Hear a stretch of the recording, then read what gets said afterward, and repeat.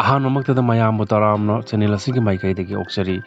ꯂꯣꯏꯅꯅ ꯉꯔꯥꯡ ꯅꯨꯃꯤꯗꯥꯡꯋꯥꯏꯔꯝꯗ ꯐꯣꯡꯈꯤꯕ ꯆꯦꯐꯣꯡꯁꯤꯡꯗ ꯌꯥꯎꯕ ꯍꯦꯗꯂꯥꯏꯟꯁꯤꯡ ꯑꯃꯨꯛꯇꯪ ꯄꯥꯊꯣꯛꯆꯔꯤ ꯀꯪꯂꯩꯄꯥꯛꯀꯤ ꯃꯩꯔꯥ ꯄꯥꯎꯆꯦꯗꯒꯤ ꯂꯧꯈꯠꯆꯔꯤ ꯑꯍꯥꯟꯕꯗ ꯖꯤꯔꯤꯕꯥꯝꯒꯤ ꯖꯀꯨꯔꯥꯗꯣꯔ ꯕꯖꯥꯔꯗ ꯂꯩꯕ ꯃꯤꯇꯩ ꯑꯃꯒꯤ ꯌꯨꯝ ꯃꯩ ꯊꯥꯔꯝꯂꯦ ꯈꯥꯃꯦꯟꯂꯣꯛꯀꯤ ꯑꯀꯣꯏꯕ ꯃꯐꯝꯁꯤꯡꯗ ꯀꯨꯀꯤ ꯈꯨꯠꯂꯥꯏ ꯄꯥꯏꯕ ꯃꯤꯑꯣꯏ ꯀꯌꯥ ꯆꯪꯁꯤꯟꯈ꯭ꯔꯦ ꯃꯅꯤꯄꯨꯔꯗ ꯁꯦꯟꯇ꯭ꯔꯦꯜ ꯄꯦꯔꯥꯃꯤꯂꯤꯇꯔꯤ ꯂꯩꯕꯒꯤ ꯃꯊꯧ ꯇꯥꯗ꯭ꯔꯦ ꯁꯦꯀ꯭ꯌꯨꯔꯤꯇꯤ ꯑꯦꯗꯚꯥꯏꯖꯔ ꯐꯝ ꯊꯥꯗꯣꯛꯀꯗꯕꯅꯤ ꯐꯣꯛꯁꯅ ꯍꯥꯏꯔꯤ ꯃꯈꯥ ꯇꯥꯅ ꯑꯁꯨꯝꯅꯁꯨ ꯐꯣꯡꯕꯤꯔꯤ ड्रोन अटैक चतरक्पा यंगसिनब प्रोफेसर अमा मणिपुर थुंगलखरे चीफ मिनिस्टर गा सुरबला मिसी जेएससी गा उन्नदुना वरी सानखरे लोइनना मसा मथन नोमैना कापसिंदुना सिजखरे कुकी खुलाई पाइबसिंगना मिलिटरी जुंता गा खुद थोकनखरे मखा ताना पाउसे असना फोंबिरी राजनीति की खुदोंग चाब लौनब होनरिबसिंगी मथक्ता खुल ngakpasinga onsilak हाइनिंगाई लेते इम्फाल दिमापुर लंबी सिंह निंखाइबदगी मियोय अमा लेखिद्रे थौबाल तुरेलदा फंखिबा असिबा हक्चांग मसक खंगबा ngamkhre सिक्योरिटी एडवाइजर कुलदीप लौथोउ हाइना खोंजंग चंगसिनख्रे लेंगाकना कुकी मिलिटेंट सिंह मयोकनबा ngamloidaba oirabadi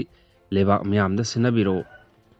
इंडिया लेंगाकना मणिपुरबु मसेत मचिया तानाबा सिलिबा थौंग असिदा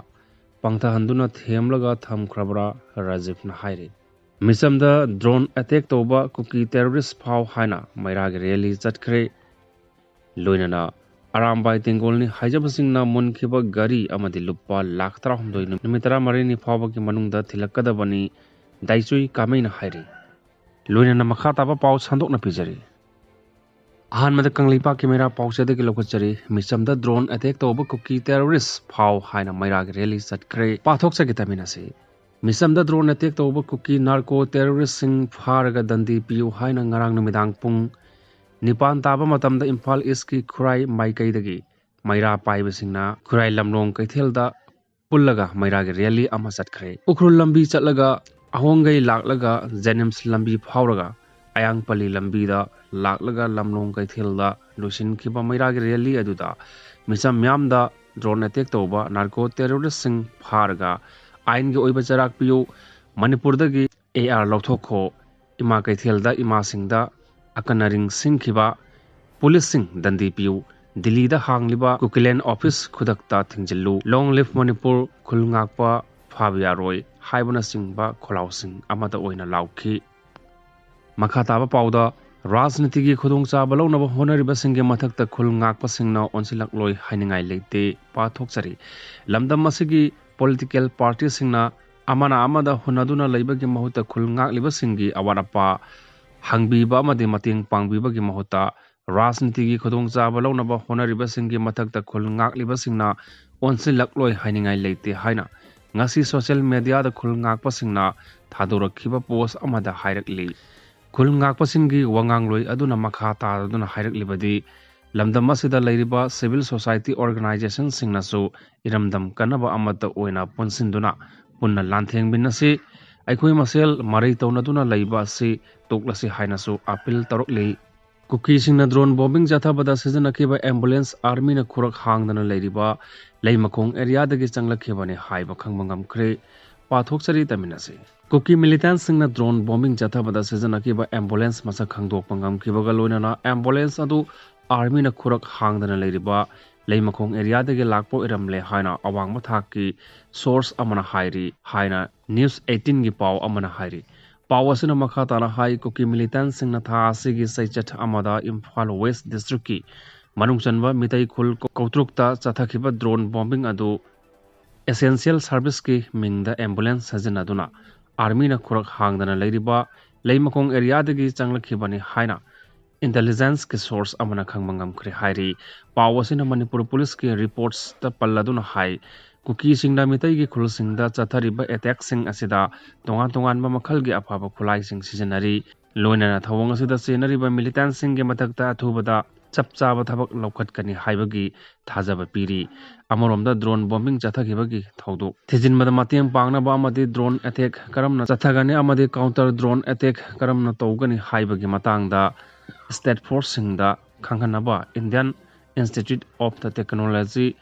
IIT न्यू दिल्ली दगी प्रोफेसर मणिपुर थुंगनरे पावगी लिखुनगी अमगी मतुंग इना था असिगी अमदा इम्फाल वेस्ट की लमसांग पुलिस स्टेशन के मनुंग चनबा कौत्रुकता cookie मिलिटेंट्ससिंगना BSF amadi state force ki mathakta afaba makhal ki drone sijanaduna bom thadaraktuna landabagi thodokta mauna haba sikhiba masanupina sokpaga loinana state force singi marakta su aswapan nangkhiba thodok amagi matung Manipur police ki maikaidagi haijabadagi IIT Delhi ki professor amadi Manipur da lakpani hairi Delhi dagi thunglakhiba professor senior forensic experts Indian army ki official singi loinana BSF CRPF amasung Manipur police ki makok thongba officer singa loinana drone attack ki matangda technology technical ki oiba matangda khanabaga loinana drone sijanaduna attack chathabada mafam chadaba singi matangda sukupna khanakhre hairi Manipur ki police ki makok thongba officers amana phongdorokpada kautruk amasung Sanjam Chirangda drone bombing chatharakraba matung IIT Delhi ki experts sing thabirakuna state force ki maikaida technical ki knowledge sing pibina ba haijakhibani makhatana sigumba drone attack chatharakpa ngamdabana IIT gi professor asina Manipur police yauna tongan force sing gi makok thongba official singda mating pigani adubo drone sijanaduna RPG tharakhiba asina maram oiraga hiramasigi matangda Thingnaba chapchaba karamba technology sijanagane haina khangdokpa haiba si araiba thabak amade natte senior official asina makha tana phongdorpagi matung ina Manipur asigi chingilam oiba maramna drone bombing gi counter sathabada atai border area singda sijanariba technology adudi sijanaba yaroi dori haina su phongdorakli makok thongba official asina phongdorpada drone bombing chatharakraba matung hiramasigi matangda Union Home Secretary Govinda Mohan Nasyar Lauduna review mifam pangthoktuna khanaba laire India Pakistan border area ge oinadi border security force amadi Indian army na mai pakna counter toba ngamle masigi matang da Manipur police ke mai kaidagi experts singi mot pirak na basu haijaba laire hairi atuba paw ge likhuna amagi matung ina central amadi police force singda counter drone attack ki matang da technology gi knowledge pinaba khangan kre Manipur lengak na so experts singi recommendation matung inna anti drone gun singba lainana ba thabak lokhalle haji mak Imphal West ta kilometer 9 dagna tara phawgi manungda drone athe counter tawnaba system install tawre apaba makhal gi drone khara laibada lupa crore ani ahum changbana permanent solution ama puraknaba honabada matam khara changkhegani haire Hanak kautrukta drone sijanaduna security force ki mathakta bomb thadaduna landarakhiba adu yamna train tawraba professional amadi technical experts soidanamaki yaronggadabani hiramasi matangda authority singna yamna kupna phibam ase yang sinbaga loinana amuk hana attack ase tarokpada mayoknana ba state force singi mikupna hum singna leiri haina so Manipur police ki maikaidagi phongdorli Kuki khulai paiba singa military junta ga khothokna khre pathukchari ngarang numidang athengbada Myanmar amadi Manipur anigi lonaba ngangkhai oiriba